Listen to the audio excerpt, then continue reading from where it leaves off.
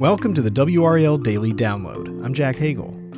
North Carolina's worsening teacher shortage is getting especially bad for schools that need special education services. Students with disabilities are increasingly being taught by people who aren't qualified to provide them with those services. WRAL Education Insider Emily Walkenhorst found that the state is citing schools for that, and she joins us now to explain what schools are doing to comply with state and federal law. Emily, welcome back. Glad to be here. Now, we've talked before on the show about the teacher shortage around the state and the country. Now, you recently zoomed down to look at special education teachers. How acute is the shortage there? Right, so it's really bad for special education teachers. If you look at historically, schools have always struggled, math, science, and special education. Those are where the big shortages are, especially at the high school level. And in special education, it's just spiraling. We're talking an over 200% increase in vacant or unqualified teaching positions in special education over 5 years. Over 400% increase in Wake County for that. So it's just getting quite a bit worse in very recent years, despite it actually really being a decades-long problem. Now, what's driving the shortage? So, we've talked to teachers before, just kind of burnout. Special education is a position with a lot of legal requirements, which, is a good thing in a lot of ways, but a lot of it comes down to, the teacher themselves having to fill out all kinds of paperwork. It can just be a lot of long hours, a lot of meetings, things like that. And the responsibilities just can end up weighing on a lot of teachers. We've also talked to teachers who have said, I could deal with that. I just kind of felt like I was shortchanging my students. My students needed, this type of paper, this type of lesson, and our school just didn't have the money for it. And so they just kind of felt like they weren't making the difference they wanted to make. So it's not just a thing about student-to-teacher ratio, making classrooms bigger just to kind of handle the shortage. This is a matter of state and federal law if you don't have enough special education teachers, right? Right. And there are laws on how big your class sizes can actually be. So kids with more severe disabilities, you're talking maybe only 6 to 8 kids in that class. Less severe disabilities, when it's at least a classroom that is for special education kids, there are class size limits. Some of them can go up to 12 kids in a class, but there's all kinds of ratios in there. You have to have this teacher, you have to have this number of teaching assistants, and those teaching assistants can't also be paraprofessionals. There are all kinds of rules about how many people you actually need in those classrooms, so it's pretty rigid. And what happens if they don't have them? So the position basically just goes unfilled. We've also talked to principals, what do you do when you can't find a teacher, whether it's a special education teacher or somebody else? A lot of them just go looking for somebody who wants to make a career change. They try to sell them, and you should be a teacher in this or that subject. Hey, you used to work in this. Maybe you can translate that, in this way at our school. So we've seen a huge increase in North Carolina in recent years of people who don't have teaching degrees going into teaching. And, essentially the impact on students really varies quite a bit. If some of these people are really serious about becoming a special education teacher, well, they can go through the residency license process. It's basically where you get, you're not qualified, but you end up being qualified just because you commit to rigorous training and oversight. And in a 3-year process, you are going to have all these requirements met, all this training done, and you're going to be certified at the end of it. And so if you're actually going through that process, you're considered qualified. But if you're not going through that process, if you're just on an emergency permit to teach, then you don't have that training. You're just kind of there filling out where it's needed. And for the students, I presume that the shortage certainly doesn't help them, right? Right. So, I talked to one teacher who, she has experience teaching, just not in special education. She teaches, I believe, 4th grade, and she was asked to provide services to a few of the students who were in her own classroom. And she objected to that. She said, I'm not qualified to do this. I don't have the background. I don't have the training in this.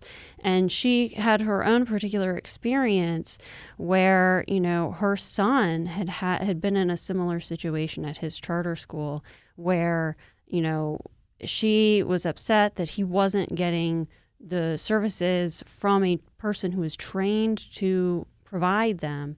And so when she was suddenly asked to provide services, she felt very uncomfortable. She said, "I'm not qualified to do this." So what are schools doing to come into compliance? So it's really tough. When I asked the Department of Public Instruction, how schools can become compliant, it wasn't super clear. Had a list of questions for them. And, basically they just said anytime an unqualified person is the primary provider of these services, they are not, that is a violation of state and federal law. They said a person needs to be qualified to be the provider of these services.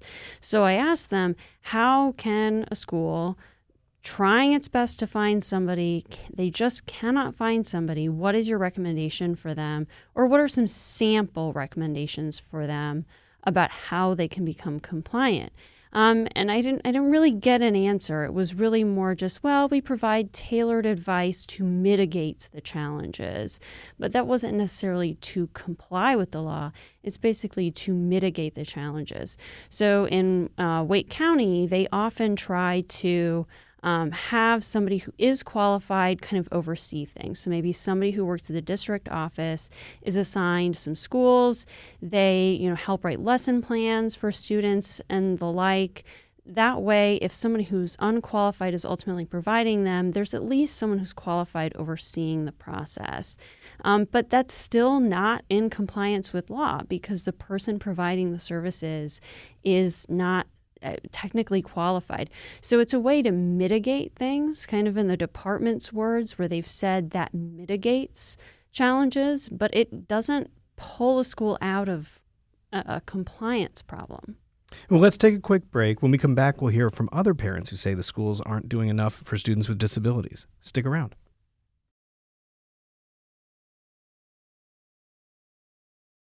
Welcome back to the WRAL Daily Download. We're talking with WRAL Education Insider Emily Walkenhorst about a shortage of special education teachers in North Carolina. Emily, you've spoken with a number of parents who have shared their concerns with you about special education in the state. What have they told you? So there's a lot of frustration over, whether children are going to get the services they're supposed to get to. So kids who are enrolled in special education, students with disabilities, they have individualized education programs. And essentially those are, documents with, the force of the law in them that have a set of goals and accommodations to help a kid get there. So maybe they have a vision impairment, and so they need to sit at the front of a classroom, and maybe they need, bigger print material, stuff like that. So that's the kind of a thing that's in an individualized education program. And then you can get a lot more specific from there and a lot more intensive from there. Maybe a kid needs a paraprofessional. So it can be, a lot to keep track of. But those things are really important, according to the parents and according to the school, to make sure the kid is actually getting the most out of their education. And, if they don't, if an accommodation can't be provided, if a qualified person isn't available to provide speech language therapy, I hear that one all the time. Then a student is really at risk of falling behind. And it really kind of compounds, if you miss 1 month and 2 months and so on and so forth, you fall farther behind and it becomes even harder to get where you wanted to be. Now, parents are able to complain to the state about these things, and oftentimes they do. What does the state do with those complaints? So there's a process called a state complaint. So it's not, a lawsuit. There's a different process for something like that. If you have a special education grievance, essentially a state complaint is a form you fill out, you attach, your evidence for it, and you say that, that the school is not doing what it needs to be doing to provide services for your child, for other children in the school. And the state looks into it, they look at the documentation, they interview the people mentioned in the report, the schools themselves, district officials, and they reach a set of findings. They look into every allegation and they issue a finding on every allegation, or explain why they were unable to have a finding. And if they find noncompliance, they'll issue a set of corrective actions. So, it's been a little bit different in some of these complaints that we've seen about personnel qualifications where, in one case, the district was, or the state was like, well, the district, Wake County, worked really hard to mitigate the consequences here. So the corrective action will include a handful of things, but one thing it won't include is compensatory services, especially compensatory services being, makeup time, essentially, is what that is. And in other cases, they've said, no, a kid does need makeup time because there wasn't better mitigation of the consequences. So, and then there's a follow-up. Cases remain open until compliance is essentially declared. Now, is the state doing anything to actually help districts deal with this shortage? Is there a funding thing that they can help solve, or is it just up to the district to figure it out? So we're kind of in a situation right now where it's not just special education teaching positions. As I mentioned before, math and science have always been a problem. We're also seeing a shortage of core K-5 teachers. Just general education teachers in recent years. There's a huge increase in people becoming teachers in any subject area who have no prior teaching experience, who have no education degree, and not to suggest that they never existed. Those types of people have always existed. People make career changes and decide to become teachers, and they can end up being great teachers. But there is a huge increase in people who have essentially no training, who may or may not be on a path for full licensure in the future. And, we hear about this a lot, but there's not really a concrete plan. There's not, a 10-point plan with the approval of the legislature and funding and all kinds of that to shore up the teacher pipeline. We kind of have some things that have always existed. So the North Carolina Teaching Fellows, that was revived after being stopped in, I believe, 2012 or so. Lawmakers brought it back a few years ago. They've slowly expanded it. Essentially what that is it's assistance and support for people to become teachers in shortage areas.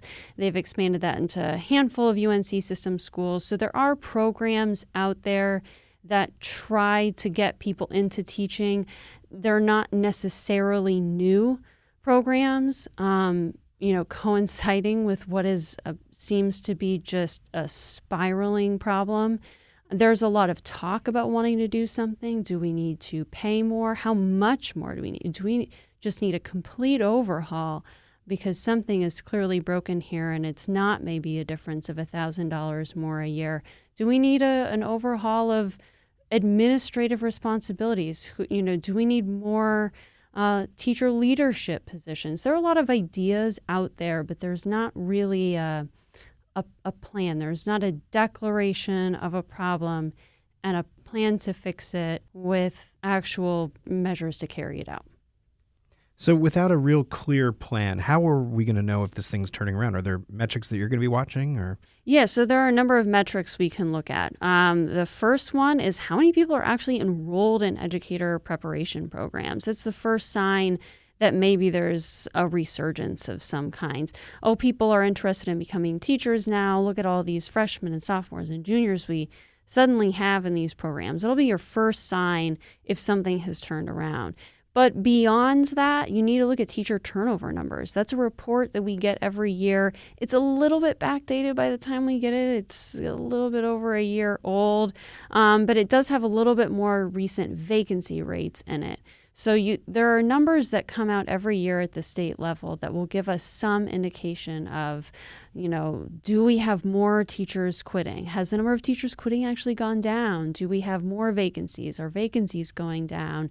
And that's what we can really look at to see if things are getting better. We hear anecdotally from teachers about these sorts of things. Sometimes individual schools can have very different experiences. Some schools may not struggle with vacancies and others may struggle a lot. So anecdotes can go so far, but we do have some of this overall data. It does help if you can drill down a little bit more in it, but as specific as we're able to go most of the time on vacancies is at the district level. Another thing that we know is we have a new state superintendent, Mo Green. He has said that he cares about turning things around, shoring up this teacher pipeline. His plan for that is kind of just around respecting teachers again. He does want pay increases for teachers. He's mentioned, even when he was running his opponent, Michelle Morrow, they kind of had the same number they threw out and were kind of bouncing off of each other, 55,000 or more starting out for teachers, which is way more than they would currently make. And so, that is something he would like to see. He doesn't have the power to actually raise teacher pay. He can really only advocate for it. And beyond that, he just wants to celebrate teachers and, put some positivity on the subject. Well, lots of moving parts. We know that you're going to be keeping a close eye on this one. Thanks, Emily. Of course. And that's WRAL Education Insider Emily Walkenhorst for her reporting on the state's shortage of special education teachers. Go to the education section of WRAL.com. I'm Jack Hagel. Thanks for joining us, and thanks for listening to the WRAL Daily Download and for making us part of your morning routine. Another great way to get WRAL news is the Morning Briefing newsletter. It's a daily email with Triangle news, events, and headlines to help you get ready for the day. Sign up at WRAL.com/newsletter.